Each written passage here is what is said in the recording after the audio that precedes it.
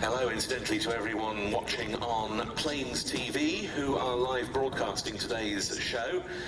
A 1-month subscription costs just £10, which will enable you to watch this show again, as well as more than 100 other air shows and other features from Plains TV's archive, a lot of them from Duxford. If you stay subscribed, there will be a lot of new programmes being added this winter, including a request show.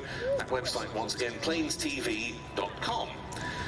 Now, as the Vampire clears, getting into the air, one of the great favourites of any Duxford air show, the Boeing B-17G Flying Fortress, named Sally B.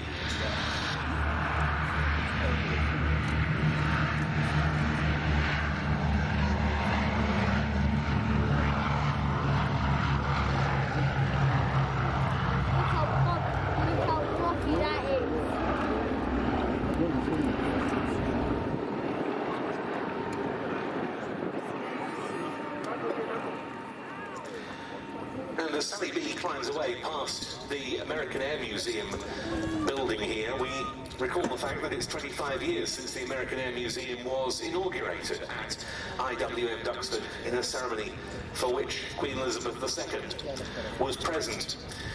And on the walkway up towards the American Air Museum can be seen a glass sculpture, a glass wall, entitled Counting the Cost, which has on it the silhouettes of all of the American aircraft, mainly of the US Army Air Forces, but also some of the US Navy, that were lost on operations from the UK between 1942, when American forces arrived on British soil, and the end of World War II in Europe in 1945.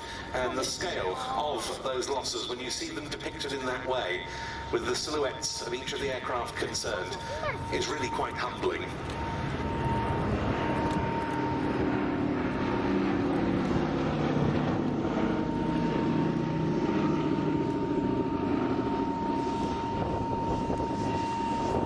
It's in tribute to all of those servicemen and more on the Allied side